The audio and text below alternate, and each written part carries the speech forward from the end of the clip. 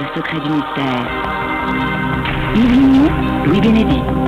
Deuxième dossier de notre secret du mystère ce dimanche avec Jean-Jacques Velasco. Bonjour. Bonjour Louis. Jean-Jacques Velasco, vous allez nous emmener sur les traces de deux enquêtes que vous avez réalisées vous-même à travers un organisme qui s'appelle le GEPAN. Alors, avant de nous raconter ces deux cas que vous avez étudiés de très très près, dites-nous un petit peu ce qu'était, puisque ça n'existe plus je crois, hein. Le GEPAN ça a changé de nom, maintenant c'est le CEPRA, hein, oui. C'est ça. Et vous étiez donc au sein du GEPAN. Qu'est-ce que le GEPAN? Oui, alors le GEPAN a été créé donc en 1977, et le GEPAN ça veut dire groupe d'études des phénomènes aérospatiaux non identifiés. En fait, c'est une structure qui était au sein du CNES à Toulouse et dont la mission était d'étudier donc les phénomènes aérospatiaux non identifiés, c'est-à-dire les ovnis. Les ovnis, clairement. Voilà. Vous deviez avoir, je suppose, un cahier des charges précis. Oui, alors on n'étudiait pas ou on n'étudie pas en fait les ovnis comme ça simplement parce que on parle des ovnis. Il est clair que là, étant donné que c'est un organisme public d'études scientifiques et techniques, il est clair que nous étions accompagnés pour cela par un conseil scientifique qui était composé de membres de diverses disciplines et qui donc il y avait des physiciens, il y avait des juristes, il y avait même un père jésuite polytechnicien. Tiens donc. Bien évidemment. Jésuite polytechnicien. Jésuite polytechnicien, oui. Et donc on s'est retrouvé avec ce conseil scientifique qui avait pour mission d'orienter, de proposer en fait des schémas de travail pour le GEPAN et en particulier de faire des enquêtes sur le terrain avec des cas les plus récents possibles de manière à confirmer ce qui était rapporté depuis quelques décennies. C'est-à-dire constater par vous-même que le phénomène OVNI est un phénomène intéressant à étudier. Oui, bien évidemment, et en particulier si on pouvait avoir des mesures plus objectives du phénomène, c'est-à-dire pas uniquement des histoires qui sont apportées, mais essayer de vérifier si des faits physiques pouvaient être appréhendés. Alors justement, il y a des faits physiques que vous avez pu appréhender assez rapidement. Le GEPAN s'est créé en quelle année ?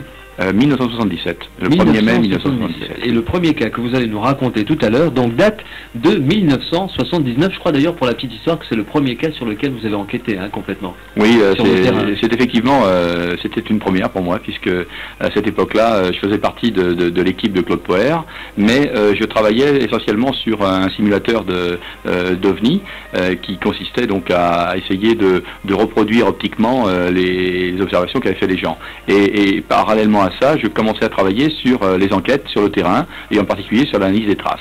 Bon, 1979, Jean-Jacques Velasco va nous raconter dans quelques minutes l'histoire de Christelle.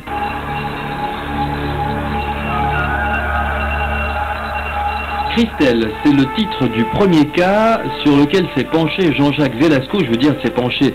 Vous êtes allé sur le terrain, interviewer les témoins, recouper les différentes informations et faire des études. Alors, racontez-nous un petit peu comment ce cas est arrivé chez vous et en quoi est-ce qu'il consiste.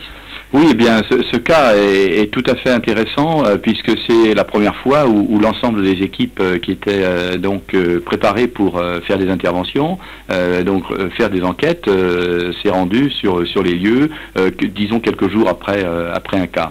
Et là donc les procédures étaient en place. La gendarmerie nationale a donc recueilli sur appel téléphonique dans un premier temps les éléments et au vu de ces éléments, eh bien nous nous sommes précipités pour essayer de retenir le maximum d'éléments et vérifier ce qui était rapporté. Alors racontez-nous l'histoire qu'a vécu cette justement Christelle. Voilà, alors si on a intitulé l'histoire Christelle, c'est parce que on essaye à chaque fois de préserver, je le précise bien, l'anonymat et l'identité des gens qui vont spontanément et bénévolement vers les brigades de gendarmerie, car des histoires d'OVNI peuvent en être racontées par beaucoup de gens, mais simplement lorsque nous sommes dans un cas de figure où les gens se présentent à la gendarmerie, eh bien nous devons de garder l'anonymat pour éviter des problèmes. Ce qui est la moindre des choses. Tout à fait. Alors Christelle, Christelle en fait est une jeune fille qui se trouvait un soir de novembre 1979 dans sa maison. Elle gardait son petit frère, il faisait nuit et il était à peu près 18h. Les parents n'étaient pas là. Les parents n'étaient pas là, ils étaient allés faire quelques courses où ils étaient encore au travail. Et donc Christelle est en train d'écouter la musique pendant que son petit frère s'amuse.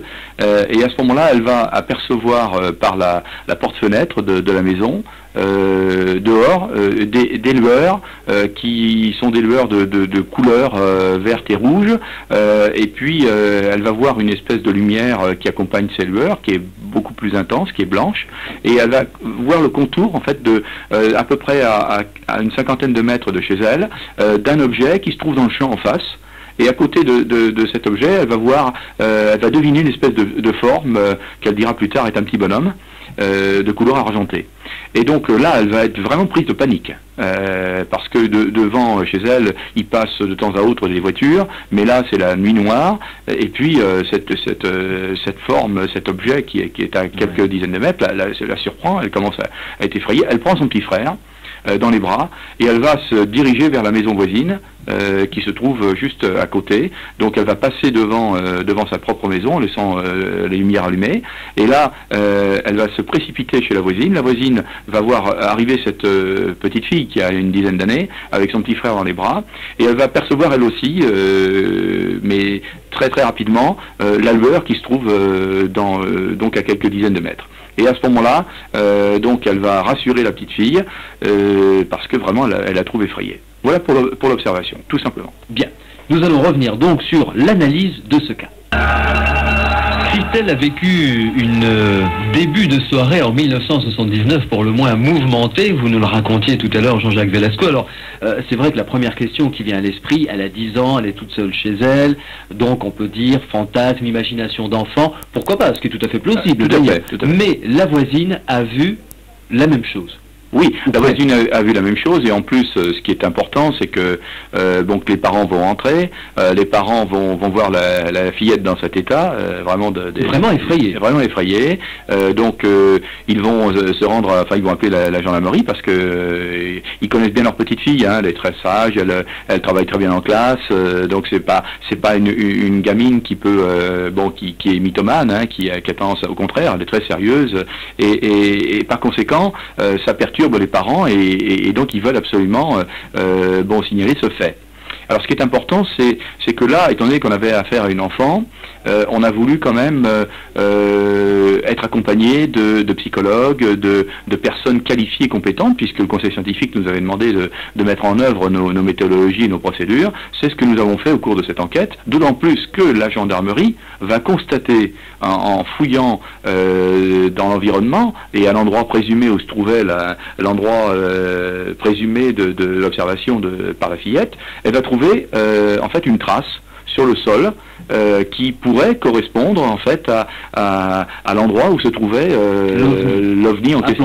Appelons-le comme ça. Ouais. Et alors donc, je suppose que les psychologues qui étaient avec vous étaient capables de dépister une éventuelle histoire qu'aurait racontée cette petite fille. Bien entendu, dans la mesure où il y a plusieurs versions qui ont été bien évidemment rapportées par la fillette, mais dans l'ensemble, la précision de ces diverses versions, l'ensemble est très cohérent. On a fait des reconstitutions en lui demandant de reprendre son petit frère dans les bras, de revenir, etc. Et on s'aperçoit que le scénario qu'elle restituait pouvait correspondre à ce qui s'était réellement passé. Donc en ce qui concerne le témoignage, bien sûr, il y a une marge d'erreur, et c'est toujours le même problème. Un témoignage ne peut pas accréditer quelque chose, je sais pas, avec un pourcentage de validité. Mais simplement, on peut dire que il semblerait que ce qui avait été rapporté pouvait correspondre à ce qui avait réellement existé. Et puis la voisine avait vu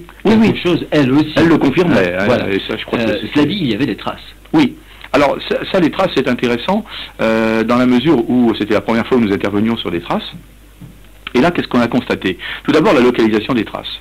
Ce qui est tout à fait surprenant, c'est que sans vraiment lui demander quelque chose de précis sur les traces, nous avons fait faire à un enquêteur à l'endroit où elle avait observé en fait le phénomène, fait un balayage, la personne marchait, et elle a fait plusieurs reprises ça dans le champ de vision de la jeune fille, et on s'est aperçu que chaque fois que cette personne passait à un endroit, ça correspondait à l'endroit où les gendarmes avaient découvert les traces. Et donc ça, c'était quand même un indice qui accréditait la direction d'observation. Et donc à partir de ce moment-là, eh bien nous avons pu commencer à travailler sur les traces.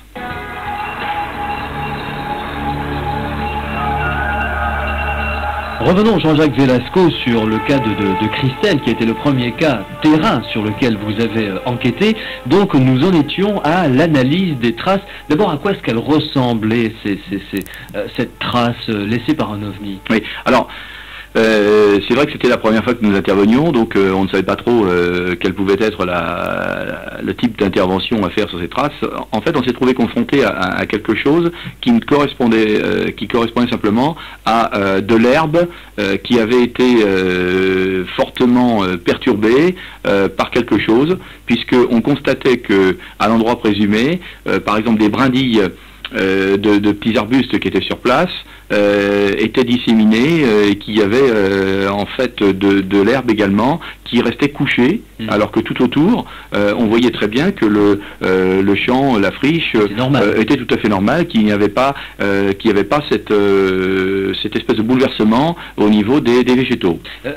Ça avait quelle forme? Rond, une espèce de forme.